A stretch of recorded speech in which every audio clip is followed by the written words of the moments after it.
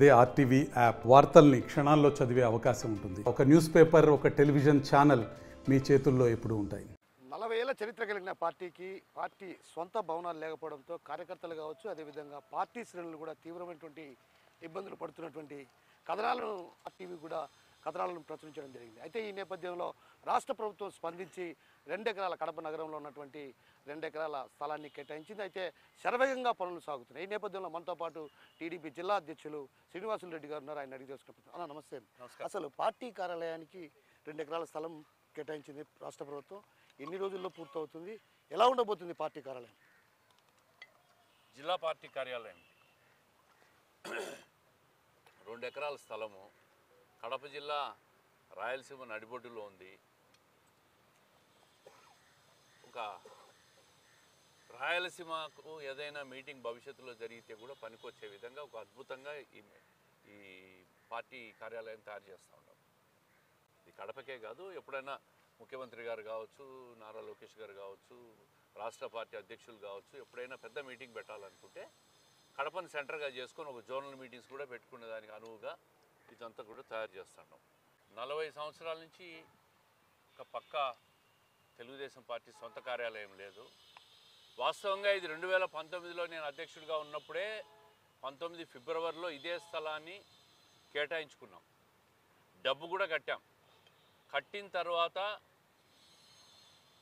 ఎన్నికలు రావడం, ప్రభుత్వం మారడం, కక్షపూరితంగా వైఎస్ఆర్ కాంగ్రెస్ ప్రభుత్వం ఆ జీవోను రద్దు చేసింది. దానిపైన మళ్ళీ మేము న్యాయ పోరాటం చేశాం, న్యాయస్థానానికి పోయినాం.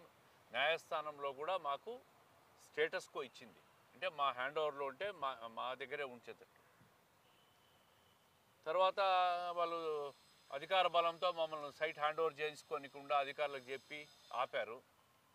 ఈ ప్రభుత్వం వచ్చిన తర్వాత మళ్ళీ న్యాయ పోరాటంగానే తీసుకున్నాం 2 ఎకరాల స్థలం.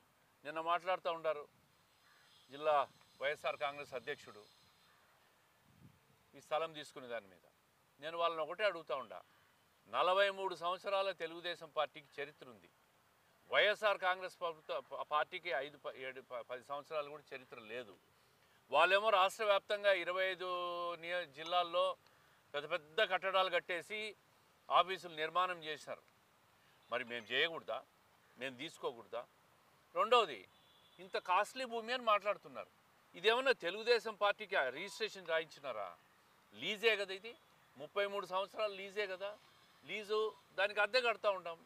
ప్రభుత్వం ఎప్పుడు కావాలంటే అప్పుడు వెనక్కి తీసుకోవచ్చు, ప్రభుత్వానికి హక్కు ఉంది. అంతేగాని తెలుగుదేశం పార్టీకి పక్కా రిజిస్ట్రేషన్ చేసేసి ఇచ్చిన భూమి ఏం కాదు ఇది.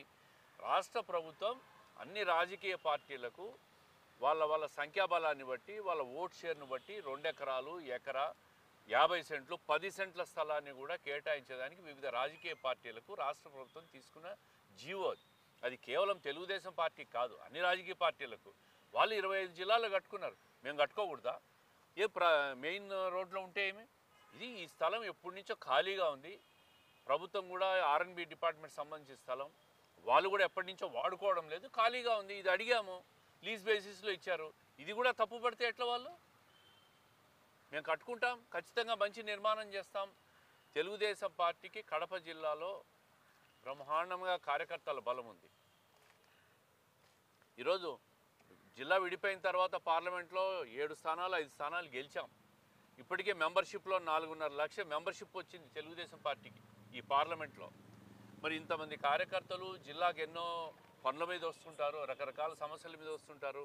అన్ని నియోజకవర్గాల నుంచి వచ్చే కార్యకర్తలు కావచ్చు, నాయకులు కావచ్చు, రకరకాల పార్టీ మీటింగ్స్ పెట్టుకుంటూ ఉంటాం. దానికి అన్నిటికీ సౌకర్యవంతంగా ఉండేదానికి మాకు అర్హతను బట్టి 2 ఎకరాల స్థలం ఇచ్చారు. ఇక్కడ నిర్మాణం చేస్తున్నాం. దాదాపు వచ్చే 6 నెలల లోపల దీని నిర్మాణం ఖచ్చితంగా పూర్తి చేస్తాం. ముఖ్యమంత్రి గారితో కానీ నారా లోకేష్ గారితో ఓపెనింగ్ కూడా కార్యక్రమాన్ని అద్భుతంగా బాగా అట్టహాసంగా చేస్తాం. పార్టీ కార్యాలయం ఎలా ఉండబోతుంది? అంటే రూపురేఖలు ఎలా ఉండబోతుంది? అంటే డిజైన్ చేస్తున్నాం. అది ఒక 4-5 రోజుల లోపల డిజైన్ అయిపోతానే మేము అది డిజైన్ కూడా మీకు కూడా పత్రికలు కూడా ఇస్తాం తప్పకుండా. అంటే కమ్యూనిటీ హాల్ కానీ లేకుంటే ఒక పెద్ద మీటింగ్ హాల్, ఒక 800 మంది కూర్చుండే ఒక మీటింగ్ హాల్ ఏర్పాటు చేస్తున్నాం. తర్వాత పార్టీ సమావేశాలకు ఒక సమన్వయ కమిటీ సమావేశానికి ఒక కాన్ఫరెన్స్ హాల్ ఏర్పాటు చేస్తున్నాం. కార్యకర్తలు కూర్చునే దానికి హాల్ ఏర్పాటు చేస్తున్నాం. అదేవిధంగా ఒక బ్యాక్ ఆఫీసు, స్టోరేజ్, ఇవన్నీ కూడా ఏర్పాటు చేస్తున్నాం. మంచి లాను, ఎన్టీఆర్ ఐలాండు, ఇవన్నీ కూడా వస్తాయి. ఆయన స్టాచ్యూ పెట్టి ల్యాండ్స్కేపింగ్ చేసి చుట్టూ చెట్లు నీడ అన్ని రకాల సౌకర్యాలతో అట్టహాసంగా చేస్తాం. అంటే పార్టీ కార్యకర్తలు కావచ్చు, జిల్లాకు సంబంధించినటువంటి ఇతరత్ర నేతలు కావచ్చు, రాయలసీమ ప్రాంతానికి సంబంధించినటువంటి నేతలు కావచ్చు, మంత్రులు, ప్రస్తుతం మంత్రులు ఉన్నారు కాబట్టి మంత్రులు కూడా తరచుగా ఇక్కడికి వస్తూ ఉంటారు. ఇక్కడ బస చేసేదానికి అదేవిధంగా నిత్య అన్నదానం అంటే ఏదైతే మధ్యాహ్నము భోజనంతో పాటు ఇక్కడ ఏర్పాటు చేస్తున్నారు అనేటువంటి ప్రచారం కూడా ఉంది. అది అవసరాన్ని బట్టి, ఆ మీటింగ్ సమావేశాన్ని బట్టి, మనుషులను బట్టి అప్పటికప్పుడు నిర్ణయం తీసుకుంటాం. అన్ని సౌకర్యాలు ఏర్పాటు చేస్తాం. బస చేయడానికి కానీ బస ఉండదు. బస ఉండదు. సో ఎవరైనా జిల్లా అధ్యక్షులు కానీ ఎవరైనా వచ్చినప్పుడు వాళ్ళు ఉండడానికి కూడా అంటే ఇక్కడ బస ఏర్పాట్లు ఏమి ఉండవు. సో పార్టీ కార్యాలయం ఇది.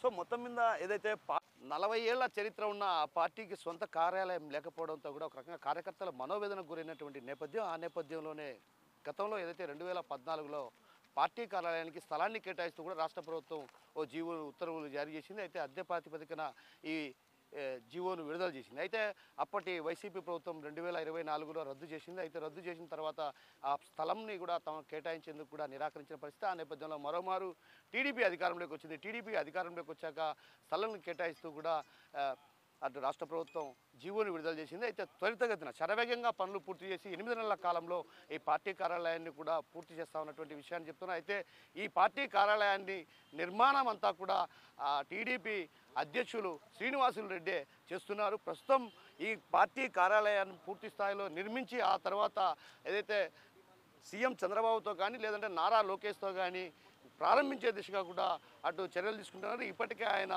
ఏదైతే ఆ పనులకు సంబంధించి పర్యవేక్షణ నిత్యం ఉదయం సాయంత్రం 2 పూట్ల ఇక్కడికి రావడం, పార్టీ కార్యాలయం వద్దకు వచ్చి పర్యవేక్షిస్తూ కూడా ఆయనే ఆధ్వర్యంలోనే ఈ పార్టీ కార్యాలయం కూడా నిర్మిస్తున్న పరిస్థితి ప్రధానంగా కనిపిస్తుంది. కెమెరా పర్సన్ హరితో కిషోర్, RTV, కడప నుంచి.